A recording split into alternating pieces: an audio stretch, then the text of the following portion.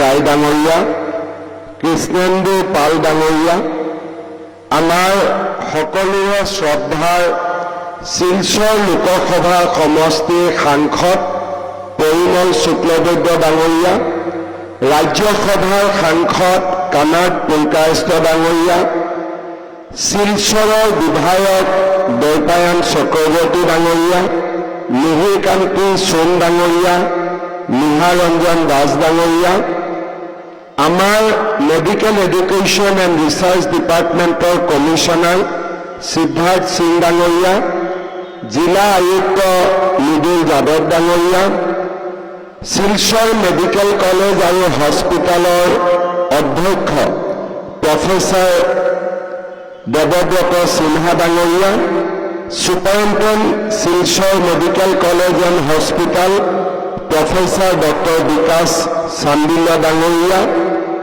উপস্থিত শিলচৰ মেডিকেল কলেজৰ ফেকাল্টি মেম্বাৰসকল, আমাৰ বিষয়া কৰ্মচাৰীসকল আৰু medical college, nursing college, dental college সকলোৰে ইয়াত উপস্থিত ছাত্ৰ ছাত্ৰী, বন্ধু বান্ধৱীসকল, অসমৰ আটাইতকৈ পুৰণি মেডিকেল কলেজ বুলি ক'লে Assam medical college Dibrugarh, Guwahati medical college Guwahati আৰু শিলচৰ মেডিকেল কলেজ শিলচৰৰ সম্পৰ্কত আমি আটাইতকৈ পুৰণি মেডিকেল কলেজ হিচাপে আমাৰ চকুৰ আগত আহি পৰে। আজি আমাৰ অসমত 14খন মেডিকেল কলেজ ইতিমধ্যে আৰম্ভ হৈছে। অহা বছৰ বঙাইগাঁৱত মেডিকেল কলেজৰ কাম আৰম্ভ হোৱাৰ লগে লগে Assam will have 15 medical colleges. Construction আৰু হৈ আছে আৰু উইল হেভ, আমি অসমত অলমোষ্ট 25 মেডিকেল কলেজ আমি অসমত ইন দ্য গভৰ্ণমেণ্ট ছেক্টৰ আমি দেখা পাম।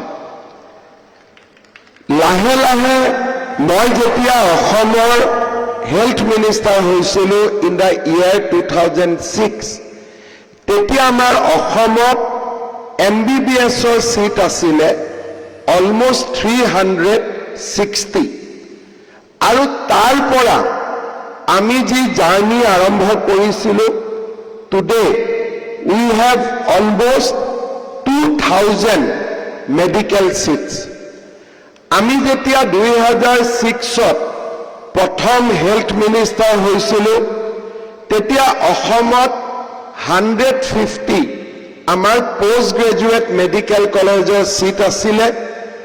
আজি we have almost 1500 post graduate medical seats in our state.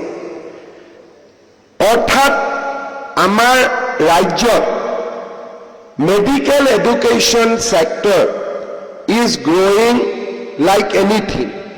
আজি অসমৰ ষ্টুডেণ্টে বাহিৰত গৈ মেডিকেল পঢ়িব নালাগে আৰু মেডিকেল যিটো ছাৰ্ভিচ তাতো আজি আমি দেশৰ ভিতৰতে এটা উল্লেখযোগ্য স্থিতিত আহি উপনীত হৈছোঁ। Maternal mortality rate is coming down drastically, infant mortality rates are coming down, and our health indicators are improving every day.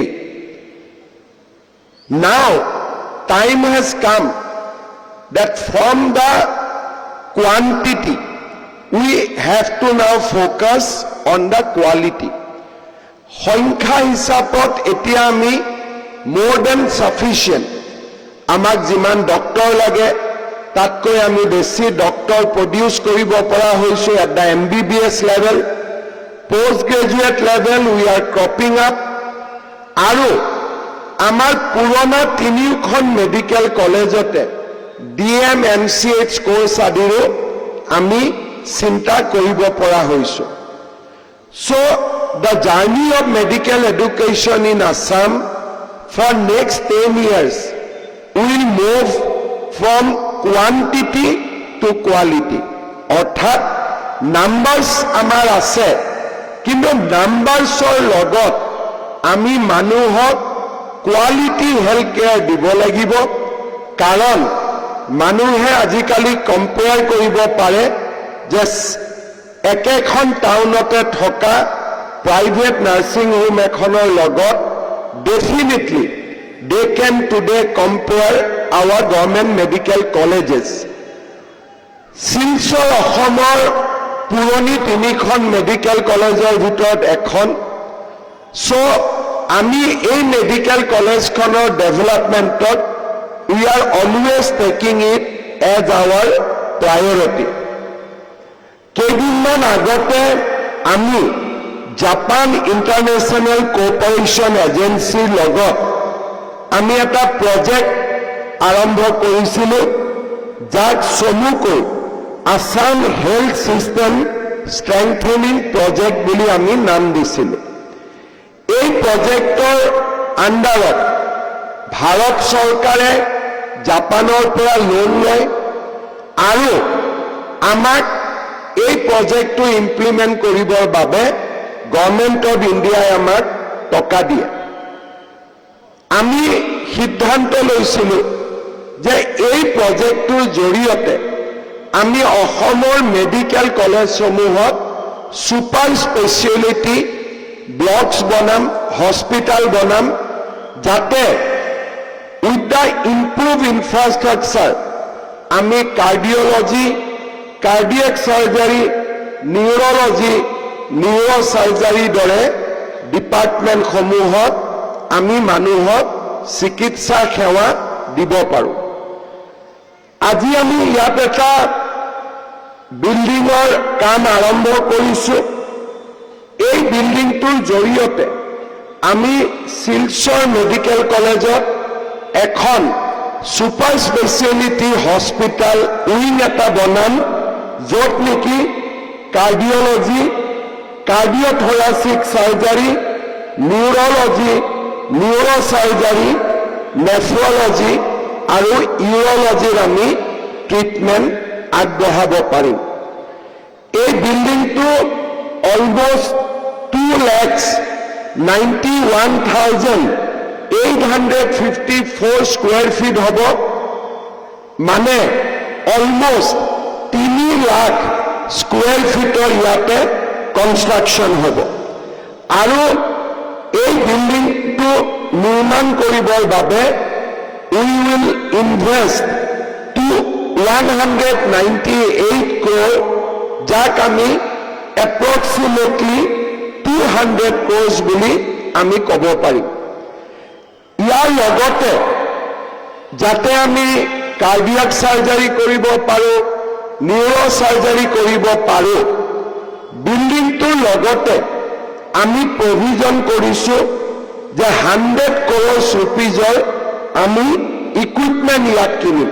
অৰ্থাৎ this project building plus equipment, it will be a project of 300 crores। 300 কোটি টকা state গভৰ্ণমেণ্টে ইয়াতে invest কৰিব, চ' date আমি এখন সুন্দৰ post graduate hospital আমি ইয়াতে পাব পাৰোঁ। অলমষ্ট 5 acres of landত এই project হ'ব, and we will complete this project in 30 months of time. অৰ্থাৎ মোটামুটি we will close it before 3 years, আৰু মই ভাবো it will be completed in 2.5 years. আমি বিল্ডিংটো কমপ্লিট কৰিবলৈ সক্ষম হ'ম। এই প্ৰজেক্টৰ আণ্ডাৰতে আমি আৰু এটা নতুন শিলচৰৰ কাৰণে কাম কৰিব খুজিছোঁ। শিলচৰৰ যিখন আমাৰ ডিষ্ট্ৰিক্ট হস্পিটাল, যাক আমি কাছাৰ ডিষ্ট্ৰিক্ট হস্পিটাল বুলি কওঁ বা শিলচৰৰ আমাৰ চিভিল হস্পিটাল বুলি কওঁ, এই civil হস্পিটালখনতো we are going to sanction almost 150 crores of rupees যাতে আমি গোটেই বিল্ডিংটো নতুন কৰি আমি বনাব পাৰোঁ। এই পাৰ্টিকুলাৰ প্ৰজেক্ট যাক আমি জাইকা প্ৰজেক্ট বুলি কওঁ, এই প্ৰজেক্টৰ আণ্ডাৰত অলৰেডি আমি 50 crores rupeesৰ ইকুইপমেণ্টছ শিলচৰ মেডিকেল কলেজক আমি আগতে দিছোঁ। Today, the project will get, today Silchar will get 300 crores for the super specialty building, 350 crores, and in days to come, আমি 150 crores খৰচ কৰিম for the Silchar civil hospital. তাৰ মানে এই গোটেই প্ৰজেক্টটো 25% of the money, 500 crores, আমি অকল শিলচৰৰ কাৰণে খৰচ কৰিম, আৰু যিটো সঁচাকৈ it is a very very significant investment. এই বিল্ডিংটো হৈ গ'লে আমি ইয়াত cardiology, cardiothoracic surgery, neurology, neurosurgery, nephrology, ইউৰলজিৰ 20খনকৈ বিচনা আমি পাম, 120 bedded, 14 emergency bed, 27 ICU, post operative care, ডায়েলিচিছৰ সুবিধা, পেইন কেবিন, এই গোটেইবিলাক 25 ইয়াতে পেইন কেবিন হ'ব, আৰু আমাৰ গোটেইবিলাক ইয়াতে আধুনিক সুবিধাসমূহ ইয়াতে উপলব্ধ হ'ব। ইয়াতে ব্লাড বেংক আহিব, ইয়াতে নতুনকৈ অতি কমপ্লেক্স হ'ব, ICU হ'ব, গোটেইখিনি সুবিধা ফৰ সুপাৰ স্পেচিয়েলিটি, গোটেইখিনি সুবিধা আমি এই নতুন বিল্ডিংটোত আমি পাব পাৰিম। খুব সোনকালে শিলচৰ মেডিকেল কলেজত আমি যি 500 বেডেড আৰু এখন হস্পিটাল বনাই আছোঁ, by the end of this year তাকো আমি উদ্বোধন কৰিব পাৰিম। আৰু ফাইনেলি আমাৰ লক্ষ্য হ'ব যে শিলচৰ মেডিকেল কলেজৰ যিটো মেইন বিল্ডিং, সেই মেইন বিল্ডিংটোক আমি নতুনকৈ নিৰ্মাণ কৰা। ইকুৱেলি আমি শিলচৰ মেডিকেল কলেজত মেইন বিল্ডিংটোৰ দৰে আমি আৰু এটা বিল্ডিং বনাম, and once that building is completed আমি ওল্ড বিল্ডিংটো আমি ডিমলিছ কৰি দিম, যাতে entire Silchar medical college gets a complete new look. আজিও আমি কেঞ্চাৰ হস্পিটাল হৈছে, 500 বেডেড হস্পিটাল হৈছে, আমাৰ ছুপাৰ স্পেচিয়েলিটি হোষ্টেল হৈছে, but because of the old building আমাৰ চকুত এতিয়াও শিলচৰ মেডিকেল কলেজ বুলি ক'লে পুৰণা বিল্ডিংটোৱে আমাৰ মনত আহি থাকে। ফাইনেলি আমাৰ লক্ষ্য হৈছে যে যেনেকৈ এইবাৰ আমি গুৱাহাটী মেডিকেল কলেজত পুৰণা বিল্ডিংটো আমি ভাঙি দিবৰ কাৰণে ডিচাইড কৰিছোঁ, যাতে পুৰণা বিল্ডিংটো GMCHৰ নাথাকে। We get A complete brand new medical college. Tender আৰম্ভ হৈছে, আৰু আমি পুৰণা বিল্ডিংটো ভাঙি তাতে আমি কমপ্লিটলি 3500 বেডৰ আমি এটা নতুন হস্পিটাল বনাম। Similarly, our next project will be to construct a new 1500 bedded state-of-the-art hospital in Silchar Medical College, and then demolish আমি পুৰণা বিল্ডিংটো completely demolish কৰি দিম, যাতে the entire medical college gets a new look. This is my thought for the next 1 year or year ahead. আজি মই অলপ আগতে আমাৰ পুলিচ গ্ৰাউণ্ডত এখন মিটিং হৈছিলে, আমাৰ মহিলা উদ্যমিতা আঁচনি, তাতে মই নিজে ৰিফ্লেক্ট কৰিছিলোঁ। I was minister in the Congress government, যেতিয়া তৰুণ গগৈ মুখ্যমন্ত্ৰী আছিলে, I was minister in that cabinet. Tarun Gogoi ডাঙৰীয়াই এটা সময়ত বৰাক উপত্যকাৰ কাৰণে 1000 crores এনাউন্স কৰিছিলে। টকা আমি পাওঁ বা নাপাওঁ, গাঁও হওক বা নহওক, it was considered very revolutionary at that point of time. যে 1000 টাকা খালি বরাক ভ্যালির জন্য। That was the talk of the town. টকা কিমান পালো নাই পোৱা, that's a different thing, but when for the first time 1000 crores was announced for Barak Valley, it dominated political discourse of Barak Valley for next 5 years. Bapre auto toka, that was the time. Aji moi agot kori ohatu bad dilu. Aji duporia moi koi asilu je godhuli moi Silchar Medical College jam, and we are going to launch a new project with 300 crores. Then I announced that Silchar District Hospital will get 150 crores, 450. Moduragate ekta dolong hobe 100 koti taka, 550. And Silchar flyover hobe ওই প্রজেক্টের জন্য 600 plus crores. তার মানে বরাক ভ্যালির জন্য 1000 কোটি টাকা নাই, খালি শিলচর শহরের জন্য 1000 কোটি টাকা আজকে দিনে আমি অ্যানাউন্স করেছি। আগত যে অ্যানাউন্স আছে, কাম হয়ে আছে, ওইগুলো মাইনাস করে দেন। সিঙ্কিং জোন, কনভেনশন হল, ডিসি অফিস, ওইগুলো মাইনাস করে দেন। খালি আজকে আমি অ্যানাউন্স করেছি কি মোটামুটি 1000 টাকা আমি বরাদ্দ করবে শিলচরের জন্য। অল্প দিনের পরে আমি দিল্লি থেকে একটা ভালো খবর পাইবে, ডলু এয়ারপোর্টের জন্য মোটামুটি 3000 টাকা স্যাংশনের কাজ একটা ফাইনাল স্টেজে। Now it is there in the very very final stage. আর finally within next 3 months, 4 months, 6 months, Prime Minister will lay the foundation stone of 35,000 crore access control highway for Silchar to Borapani, then Borapani to Guwahati. 4.5 ঘন্টার ভিতরে Silchar and Guwahati will be connected. So that is the kind of vision, that's the kind of broader vision. Nobody could even think about Barak Valley 5 years before. Aji moi ratipua Ratabarit goisilu. I have seen my own eyes how new medical college in Ramakrishna Nagar is shaping up. Almost 50% construction is over. Barak Valley, we announced another medical college in Hailakandi. Although they are not able to give us land, but that is also another commitment we have. Tarmane, today, Barak Valley is progressing in a rapid speed. Aru, Jitu, 5 years back, Barakor Manuhe, hoyto kalpanao koribo pora nasile.